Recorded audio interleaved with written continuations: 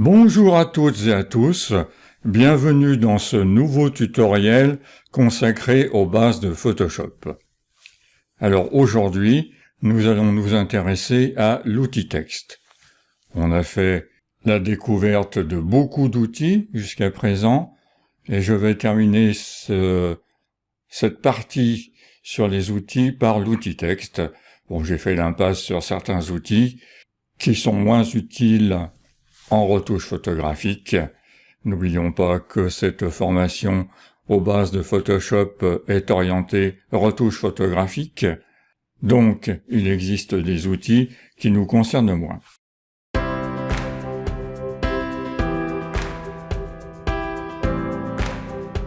L'outil texte peut être intéressant en photographie pour plusieurs usages.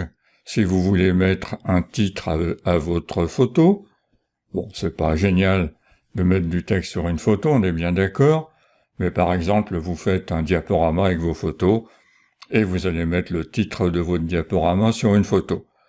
Vous pouvez aussi signer vos photos, là vous aurez besoin de l'outil texte, et puis aussi, vous pouvez composer à travers Photoshop une affiche pour votre future exposition.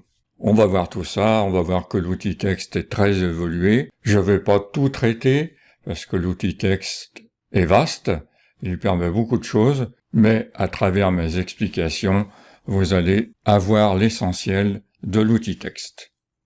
Alors l'outil texte se trouve dans la barre d'outils, bien évidemment. Si je l'ouvre avec la petite flèche en bas à droite, voilà comme ceci, je découvre deux possibilités, du texte horizontal ou bien du texte vertical.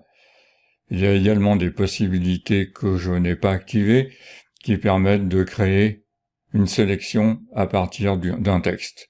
Ça, c'est moins intéressant pour nous pour le moment. On va s'intéresser uniquement au texte horizontal. Alors le raccourci clavier de l'outil texte, c'était comme texte. Alors maintenant, si vous voulez faire en même temps que moi, il vous suffit d'ouvrir un document au format A4. Alors je vous remontre. Alors vous faites Fichier, Nouveau. Vous allez par exemple dans le groupe d'impression. Et là vous choisissez A4. 21/29,7. Alors, vous laissez les options par défaut.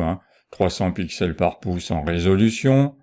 Couleur RGB 8 bits.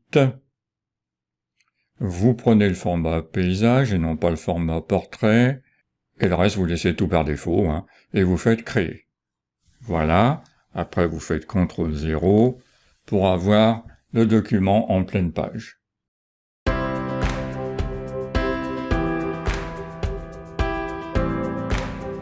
Voilà, donc je rappelle que nous sommes en texte horizontal. On va présenter les différentes options. Donc, la première option importante, c'est la police de caractère. Voilà, si je l'ouvre avec la flèche descendante, il ouvre toutes les polices de caractère que contient mon système d'exploitation.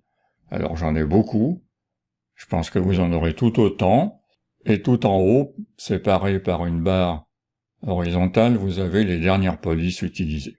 Alors, je vous rappelle que vous pouvez ajouter des polices de caractère si vous n'en avez pas assez, avec l'excellent site d'Afont. Je vous mettrai le lien sous la vidéo, qui vous permet d'avoir des milliers de polices gratuitement. Ensuite, alors on va choisir une police ordinaire, on va prendre Arial, et puis ensuite, à droite, vous avez la fonte. Ce sont les fontes qui sont disponibles avec votre police de caractère. D'accord? Alors avec Arial, il y en a beaucoup. Italique, gras italique, noir, normal, etc. On va rester en régular. À droite, vous avez la taille de la police de caractère. Alors vous avez des tailles par défaut. Là, on va prendre la plus grande pour que ce soit visible, 72 points. Alors c'est toujours exprimé en points.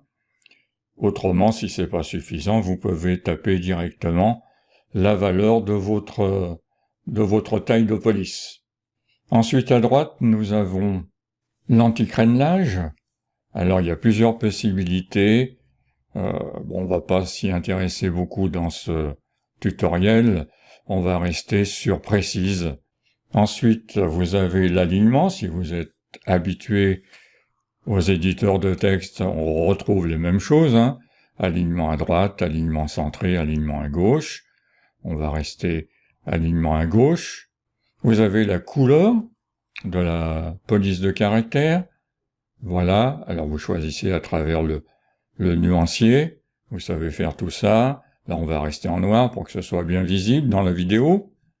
À droite, vous avez la déformation de texte. On y reviendra plus tard. Vous allez voir que c'est intéressant pour certains effets spéciaux. Et puis tout à droite, vous avez une icône qui vous permet d'ouvrir les panneaux qui concernent donc la police de caractère. Vous voyez, si je clique dessus, j'ai le panneau caractère dans lequel je retrouve toutes les options, mais en plus avec d'autres options beaucoup plus précises qui permettent d'affiner mon écriture. Alors on va pas trop le voir maintenant, on le verra plus tard, hein, ne vous inquiétez pas. Vous avez aussi un autre panneau qui s'intéresse aux paragraphes. Vous voyez les espacements avant, après, etc. Vous retrouvez globalement ce qu'il y a dans Word, dans tout éditeur de texte, mais de manière très précise ici, peut-être plus. Et puis vous avez aussi le panneau propriétés. Alors là, je l'ai pas mis en icône, mais on le retrouve dans le menu fenêtre. Voilà, propriétés, qui va vous permettre aussi d'affiner encore vos paramètres de votre document, de votre texte. Avec tout ça, vous avez de quoi faire. Alors, soyons pragmatiques, démarrons l'écriture d'un texte. Alors, vous avez deux types de textes, le texte ponctuel et le texte de paragraphe. Nous allons nous intéresser, dans un premier temps, au texte ponctuel.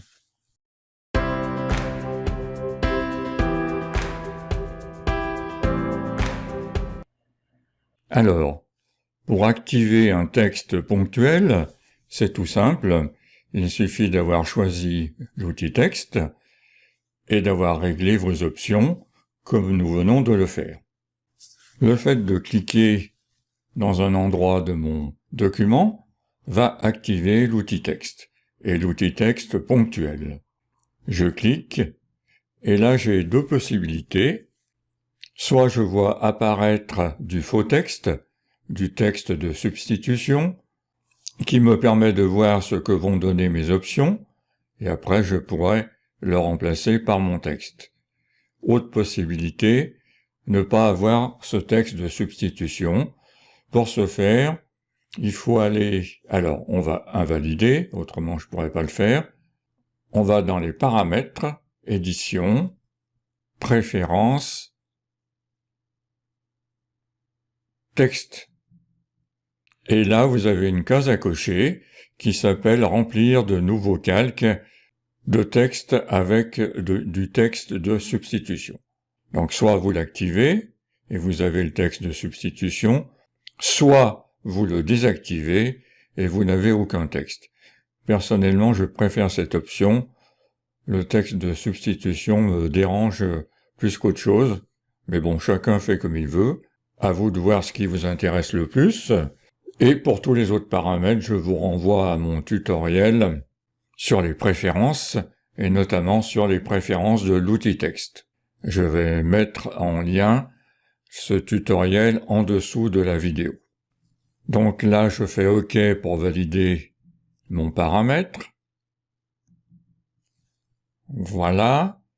Et si je clique avec l'outil texte, vous voyez, je n'ai plus le texte de substitution. Là, il me suffit de taper mon texte. Alors, je vais taper l'outil texte, par exemple. Voilà. On va dire que c'est un titre. Je l'ai fait suffisamment gros pour que ce soit un titre. On peut même aller jusqu'à modifier la fonte pour le mettre en gras. Vous voyez, il suffit de sélectionner le texte, comme dans tout éditeur de texte. Et là, on va faire du bold. Gras donc en français. Voilà. Là, je n'ai pas terminé, hein. Soit j'invalide mon texte parce que ça va pas avec ce petit icône, soit avec l'autre icône, je valide. Donc je valide. Voilà. Et on s'aperçoit que dans le panneau des calques, on a un nouveau calque qui s'appelle l'outil texte, qui a été créé automatiquement. Si je prends l'outil de déplacement, comme ceci, je peux déplacer mon calque, hein, comme tous les calques, pour peut-être le centrer en haut du document, comme ceci. Alors le calque qui a été créé est un calque de type texte. Il fait partie des 5 types de calques que nous trouvons dans Photoshop. Donc il est bien spécifique à l'outil texte. Alors attention, si vous voulez taper un nouveau texte ponctuel, il suffira de cliquer dans un endroit de votre document, un autre emplacement. Par contre, si vous voulez changer l'une des options de votre texte, par exemple la taille de police, il faut le faire avant de taper votre texte, d'une part, et puis vous positionnez sur le nouveau calque qui vient d'être créé. D'accord? Normalement, il le fait automatiquement. Voilà, 14. Et puis vous tapez votre texte avec les nouvelles options. Voilà pour le texte ponctuel. Il me semble avoir dit l'essentiel. On verra après comment modifier du texte ponctuel. Nous allons passer maintenant au texte de paragraphe.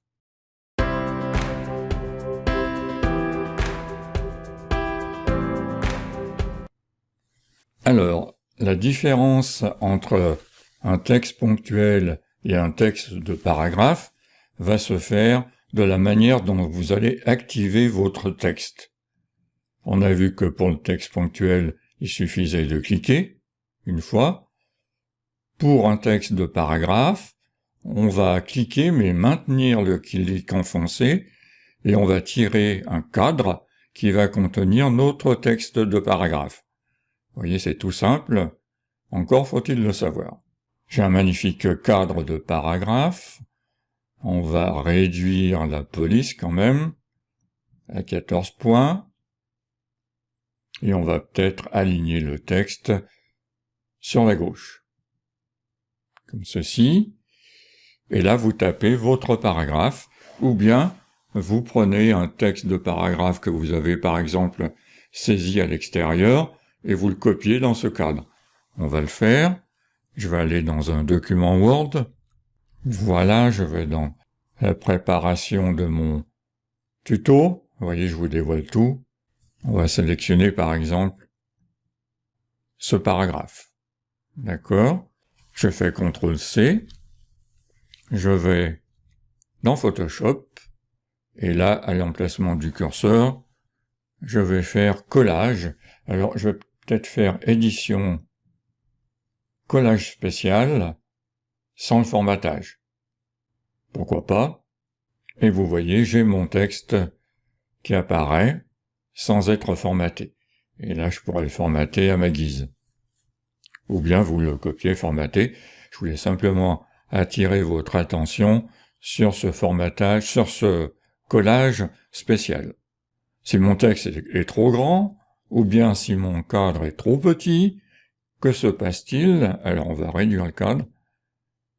Et vous voyez que j'ai un petit plus qui apparaît ici sur l'un des points d'ancrage, qui veut dire que il reste du texte qu'on ne voit pas dans mon cadre. Si je l'agrandis, comme ceci, vous voyez, le petit plus a disparu. Voilà une indication qu'il faut connaître. Ensuite, il suffit d'invalider ou de valider. Là, je vais valider.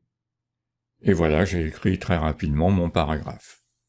Alors maintenant, vous savez créer du texte ponctuel et également du texte de paragraphe. On va voir comment on peut modifier le texte dans ces deux modes de saisie.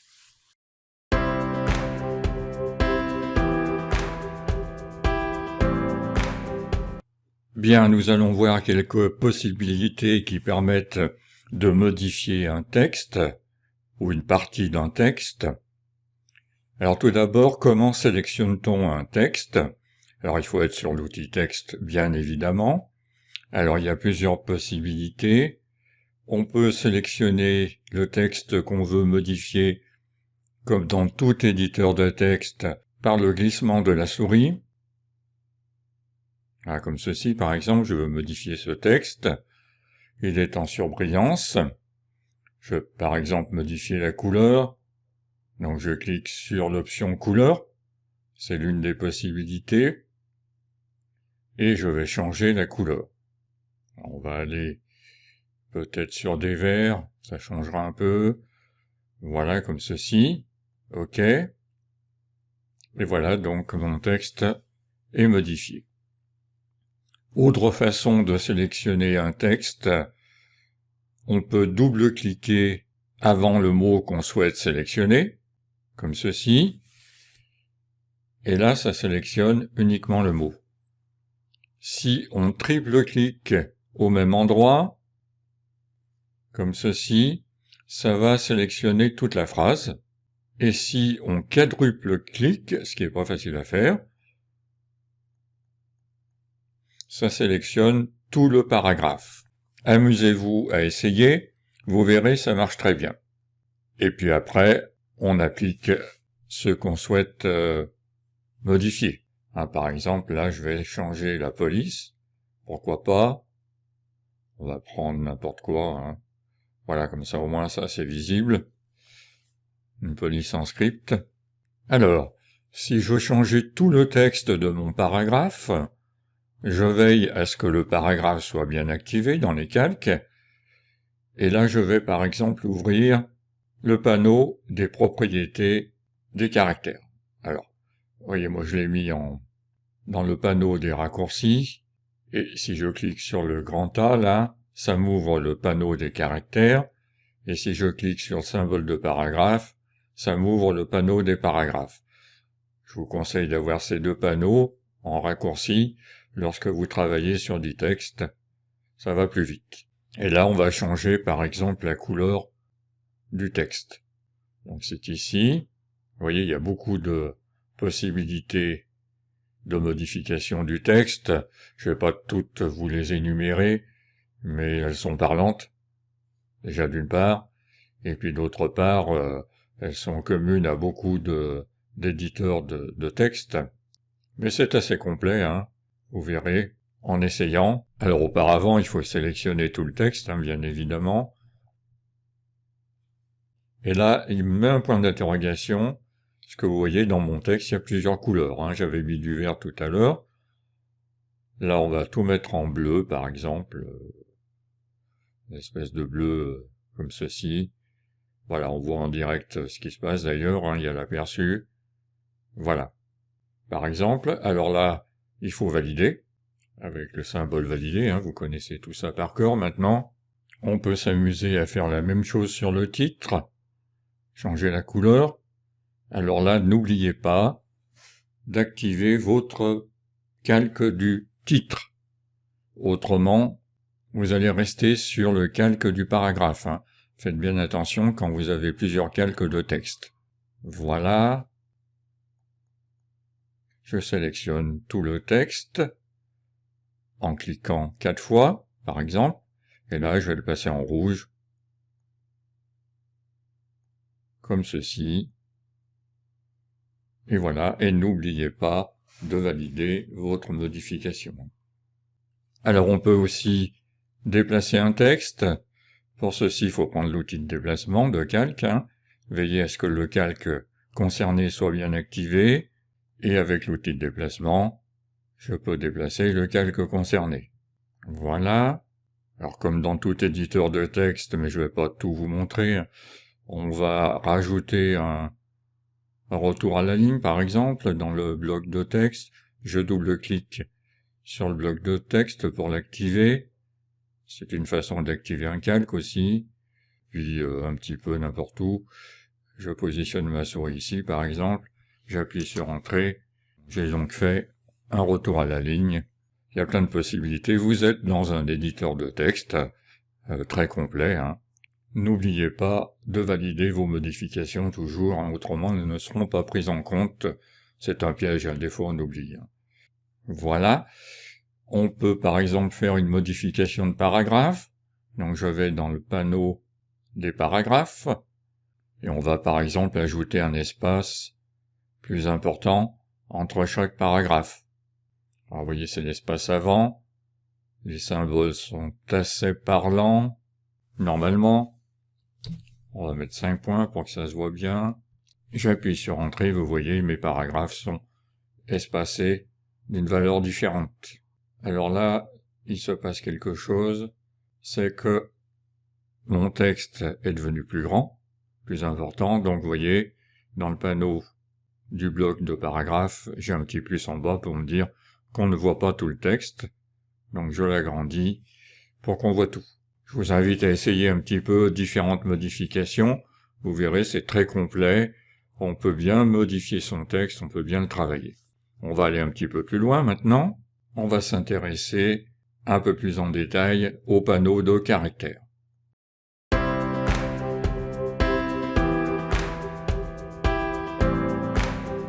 Alors, je suis sur le panneau de mon paragraphe et j'ai ouvert le panneau de la modification des caractères.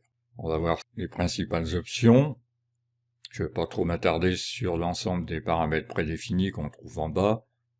Donc vous avez tout en haut la police de caractères que vous pouvez modifier et à côté vous avez la fonte. En bas vous avez la taille de la police de caractères, ici 14 points. Vous pouvez la modifier aussi. Tout ça, c'est classique, vous savez faire. À côté, on trouve l'interlignage. Donc, c'est l'espace entre deux lignes. Alors, par défaut, il est sur auto. Alors, sachez que sur auto, votre interlignage est égal à 120% de la taille de la police. Donc ici, je suis à 120% de 14 points. Alors, on peut modifier, pour vous montrer comment ça marche.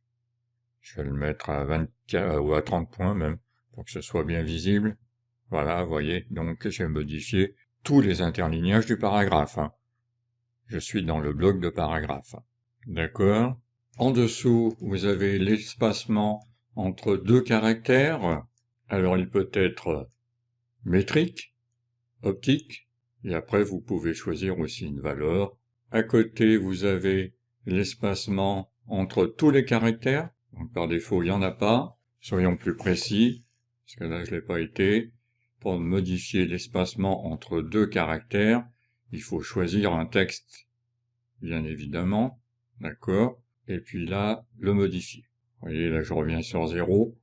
Et voyez, l'espacement entre deux caractères, en fonction de ma sélection, a été modifié. Entre T et ext, il y a un espacement.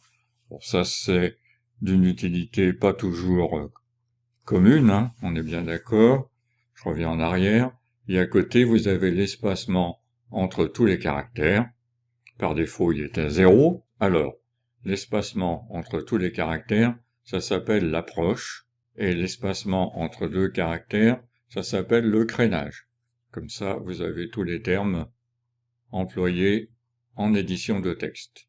On va tout sélectionner. Ça, ce sera bien visible. Et là, on va le mettre par exemple à 25. Et voyez, l'espacement entre chaque caractère est beaucoup plus important. D'accord? Et si je le mets à 100, c'est encore plus visible. Voilà, CTRL Z. En dessous, vous avez l'échelle verticale de la police de caractères et à côté, l'échelle horizontale de la police de caractères. Alors ça, il faut pas trop y toucher. Ça va déformer votre police de caractères. Il faut vraiment en avoir l'utilité. En dessous, vous avez le décalage vertical d'un caractère.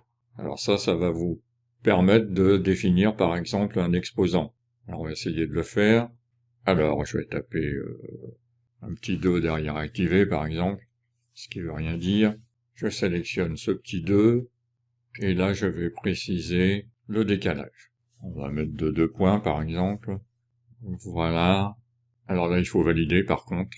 Et voyez, mon caractère s'est déplacé verticalement avec un décalage de 2. À côté, vous avez la couleur, ça on revient pas dessus, on a largement vu. Et puis en bas, vous avez tout un ensemble de paramètres prédéfinis.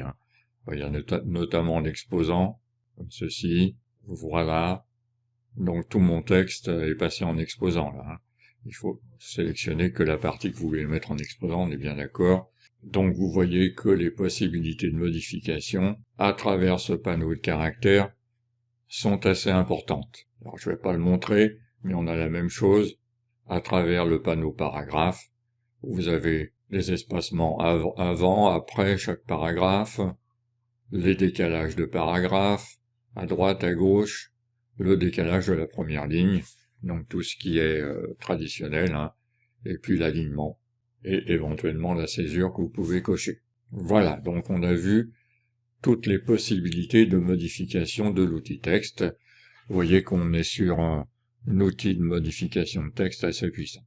Même si Photoshop, ce n'est pas à la base un éditeur de texte, mais là si vous faites par exemple des affiches pour votre exposition, vous pourrez avoir une grande souplesse dans le texte que vous allez écrire. Dans la partie suivante de ce tutoriel, nous allons nous intéresser aux caractères accentués.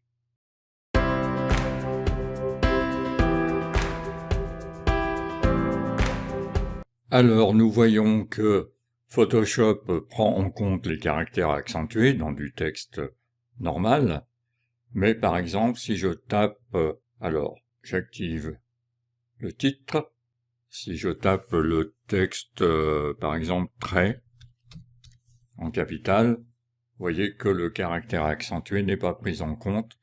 Alors comment fait-on dans Photoshop? Alors c'est très simple, on sélectionne, enfin c'est très simple, à condition de savoir, je fais mon malin, je sélectionne le E, je vais dans Fenêtre, Glyphe, et là je vais choisir le glyphe. Alors il faut dérouler tout le panneau, mais là je l'ai fait rapidement.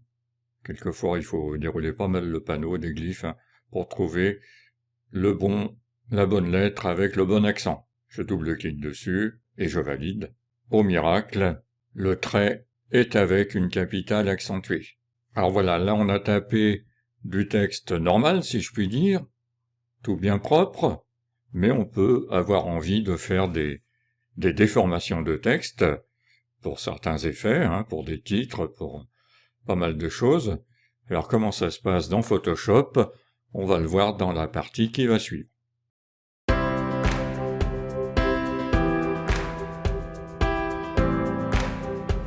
Alors, pour vous montrer la déformation du texte, je suis revenu sur un document vierge, je suis sur l'outil texte, j'ai changé de police pour avoir un texte un petit peu différent, je suis dans la police Century Gothic en régular, et j'ai mis une couleur bleue, voilà, et j'ai mis une taille assez importante pour qu'on voit bien ce qui se passe. Alors je suis sur l'outil texte, je vais écrire un texte par ici. L'outil texte.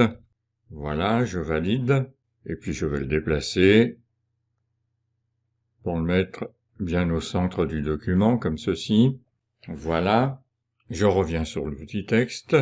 Et il y a une option que j'avais mis de côté. C'est donc la déformation du texte. Donc je clique dessus. Là apparaît un petit panneau avec des options, des paramètres. On va choisir le style de déformation. Par défaut, il n'y en a pas. Et si vous cliquez sur la liste déroulante, vous voyez apparaître tout un ensemble de déformations possibles. Donc on va prendre une déformation toute simple, l'arc. Et voyez, mon texte est en forme d'arc. Et après, on peut jouer sur les paramètres. Alors ce texte peut être en déformation horizontale ou bien verticale. Et là, j'obtiens un arc vertical. On va rester en horizontal. L'inflexion, c'est-à-dire je peux modifier l'inflexion de l'arc, positive ou négative, comme ceci. Je peux modifier la distorsion horizontale. Vous voyez? Alors c'est moins flagrant sur un arc horizontal, et la distorsion verticale. Voilà, comme ceci, ça c'est déjà plus intéressant. Et puis on peut faire plein de choses avec ces 3 paramètres et ces différentes déformations. Vous voyez, coquille vers le haut, drapeau, voilà, en forme d'onde aussi. Enfin, il y en a plein. Je vous laisse vous amuser avec tout ça et avec les différents paramètres. Et quand c'est bon, vous cliquez sur OK. Alors, on va revenir en arrière, CTRL Z. Et vous pouvez aussi faire une déformation, mais ça, vous le savez, en étant sur le calque de l'outil texte, en faisant CTRL T. Voilà. Alors, vous pouvez changer l'échelle du texte. Donc, c'est une déformation proportionnelle. Et si vous maintenez la touche majuscule enfoncée, vous pouvez faire une déformation non proportionnelle. Alors ça dépend des versions de Photoshop que vous avez. Sur les anciennes versions, la touche majuscule vous permet d'avoir une déformation proportionnelle. Sur d'autres, c'est le contraire. Voilà. Je vous avais pas montré quand on est... Alors, là je vais valider. Quand on fait une déformation avec la déformation du texte, alors on va en prendre une n'importe laquelle, une que j'ai pas faite, peut-être déjà, voilà, je valide, et vous remarquerez que le symbole de mon calque de texte est modifié pour me dire c'est un texte qui a subi une déformation. Voilà, vous pouvez vous amuser avec tout ça, c'est utile dans certains cas, vous voulez faire quelque chose d'original, qui illustre votre propos, essayez, vous verrez, c'est intéressant. Dans la partie suivante, nous allons voir aussi, dans la série des effets spéciaux sur le texte, comment incruster une image dans un texte.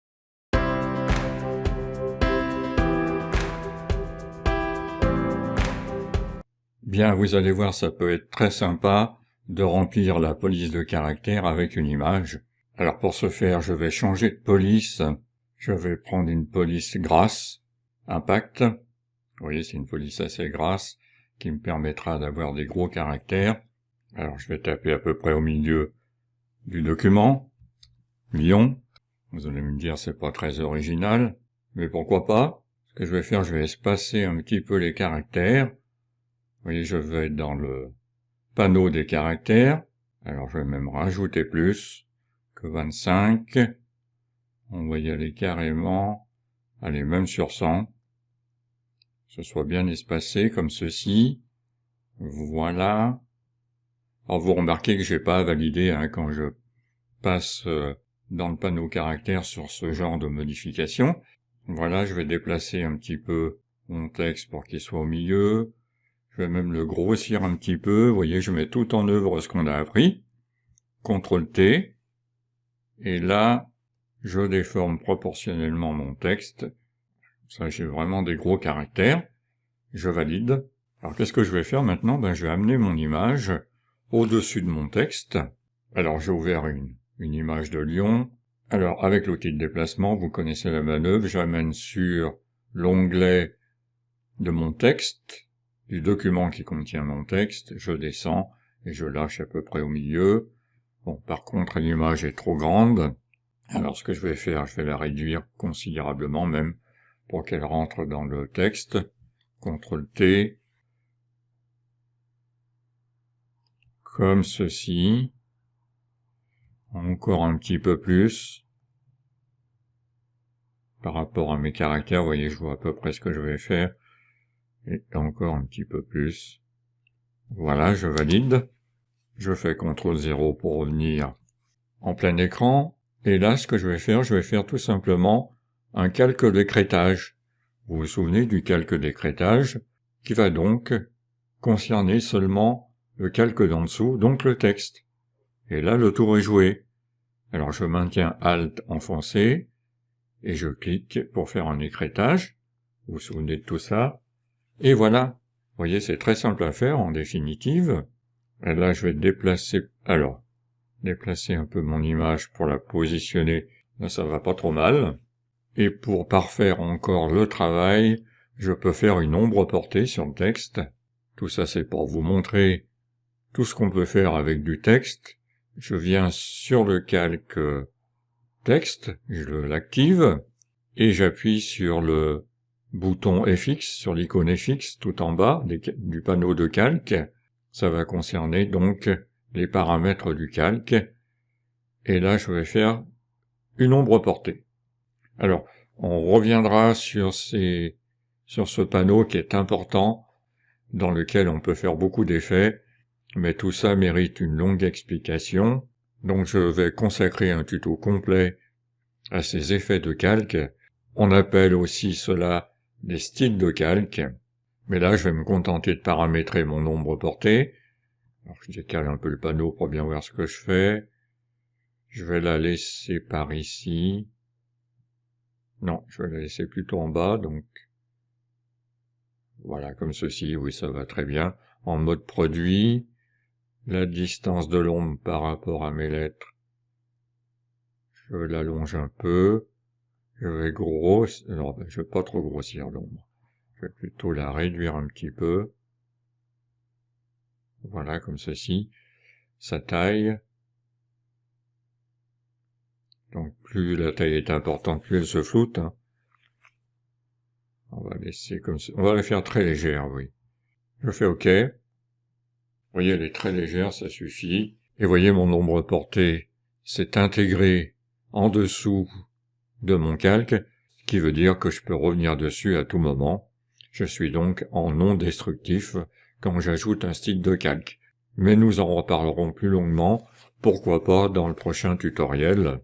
Et voilà, donc mon image est intégrée, j'ai fait un effet qui me plaît bien, par exemple pour faire une affiche, ça va très bien. Et nous allons conclure ce tutoriel sur l'outil texte avec une fonctionnalité intéressante aussi, qui permet de taper du texte selon un tracé.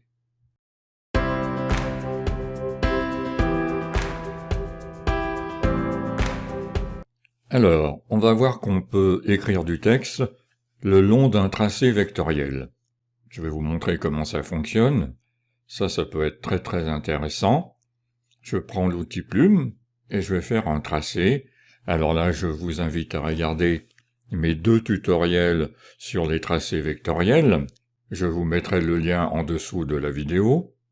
Je prends l'outil plume, je me mets sur l'option tracé, et je trace avec un trait de 0,5 points, un tracé très léger. Vous voyez, on va donner une forme un petit peu agréable, comme ceci. J'appuie sur la touche échappe. Je prends l'outil texte. Donc là, si je clique ici, il va me mettre un texte à côté du tracé. Par contre, si j'approche le pointeur du tracé, voyez, le pointeur change de forme pour me dire qu'il a reconnu un tracé. Je clique. Alors, il faut bien être aligné à gauche, autrement vous allez avoir des surprises. Et je tape mon texte. L'outil texte, virgule, ça se passe dans la belle ville de Lyon. Bon, j'ai tapé un texte un petit peu long pour que ça occupe tout le tracé. Vous voyez, c'est sympa. Ça suit très bien le tracé vectoriel. Je valide. Et voilà, mon texte a une forme très agréable le long de mon tracé vectoriel. On peut aussi écrire un texte à l'intérieur d'une forme vectorielle, cette fois. Alors, je vais supprimer mon calque pour que ce soit plus lisible. Supprimer le calque, oui. Là, je vais prendre l'outil plume. Je vais lui dire que je veux tracer une forme. Alors, je clique ici. On essaye. Je vais essayer de faire une forme un petit peu en forme d'ellipse. Voilà, je vais un petit peu vite. Voilà, ma forme est tracée. Je prends l'outil texte. Alors, je vais me mettre en blanc, là. comme ceci. Et vous voyez, si j'amène le pointeur de l'outil texte sur le tracé, je vais être dans le même cas de figure que tout à l'heure. Mon texte va suivre le tracé, je peux le mettre tout autour. Vous voyez, ça peut être sympa si vous voulez écrire un texte autour d'une forme. Par contre, si je vais à l'intérieur, vous voyez, le pointeur s'entoure d'un petit cercle. Et là, ça veut dire qu'il a reconnu que je suis à l'intérieur d'une forme vectorielle. Et il va écrire le texte en respectant cette forme vectorielle. Je clique ici. Voilà, en haut. Et je vais écrire mon texte.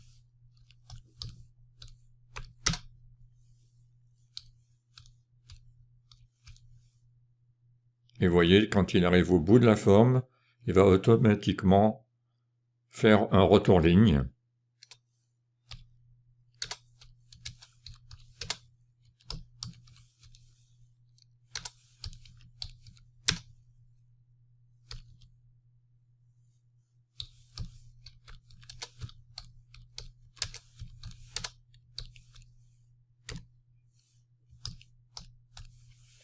Voilà. Alors, ce n'est pas moi qui ai fait les retours lignes, vous voyez, il respecte l'intérieur de la forme, et ça permet d'écrire du texte à l'intérieur d'une forme, ce qui peut être utile dans certains cas aussi. Alors, si vous avez fait des fautes comme je viens de faire, vous pouvez modifier vos textes, après, il n'y a pas de souci, ça marche très bien. Voilà, on va terminer ce tutoriel sur l'outil texte sur cet exemple. J'ai essayé de balayer toutes les options de l'outil texte.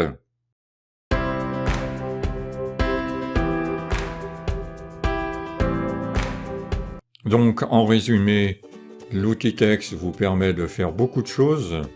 On a vu toutes les options. On a vu qu'il y avait deux types de texte, le texte ponctuel et le texte de paragraphe. On a balayé la majorité des options qui sont présentes dans la barre d'options. On a vu le panneau caractères qui contient également beaucoup d'options. Je l'ai détaillé, on a vu comment ça fonctionnait. On a vu également le panneau paragraphe. Avec tout ça, ça permet vraiment de formater votre texte comme vous en avez envie. On a vu qu'on pouvait écrire du texte de manière déformée, en le déformant. On a beaucoup de possibilités. On a vu qu'on pouvait s'amuser à intégrer une image à l'intérieur des caractères d'un texte, ce qui peut être très intéressant. On a vu aussi qu'on pouvait accentuer les caractères capitaux, et on vient de voir aussi qu'on pouvait écrire du texte en respectant un tracé vectoriel, ou bien une forme vectorielle. Avec tout ça, vous vous êtes armé pour écrire des beaux textes dans Photoshop, faire des belles affiches, faire des beaux titres pour vos diaporamas sur vos photos préférées. J'espère que ce tutoriel vous aura intéressé. Je vous remercie infiniment de l'avoir suivi et je vous donne rendez-vous pour un nouveau tutoriel, toujours dans Photoshop. Alors, vous pouvez vous abonner à ma chaîne YouTube, comme ça vous serez informé dès qu'il y aura une nouvelle vidéo, mais je vous invite aussi à vous inscrire, c'est gratuit, à mon tout nouveau site qui s'appelle Vive la Photo. On y accède par www.vivelaphoto.fr, c'est tout simple, tout attaché, Vive la Photo. Et là, vous pourrez accéder à mes tutoriels d'une manière beaucoup plus simple que sur YouTube. Vous voyez, j'ai une rubrique tutoriel. Par exemple, je vais aller sous Lightroom formation complète. Voilà, j'ai un sommaire qui s'affiche. Un ensemble de tutoriels sur les différents modules. Et puis pour accéder à un tutoriel en particulier, il suffit de cliquer sur l'image. Là vous avez une description du tutoriel, comme ça vous savez ce que vous allez voir et vous pouvez lancer la vidéo sous YouTube. Voilà, et en plus vous avez la possibilité de poser des questions à travers mon forum. Vous voyez, vous allez dans la rubrique tutoriel, et si vous avez une question particulière sur un tutoriel, vous allez dans la rubrique Lightroom par exemple, et vous posez votre question, et j'y réponds volontiers et avec grand plaisir. Je vous dis donc à très bientôt sur YouTube ou sur mon site personnel Vive la photo.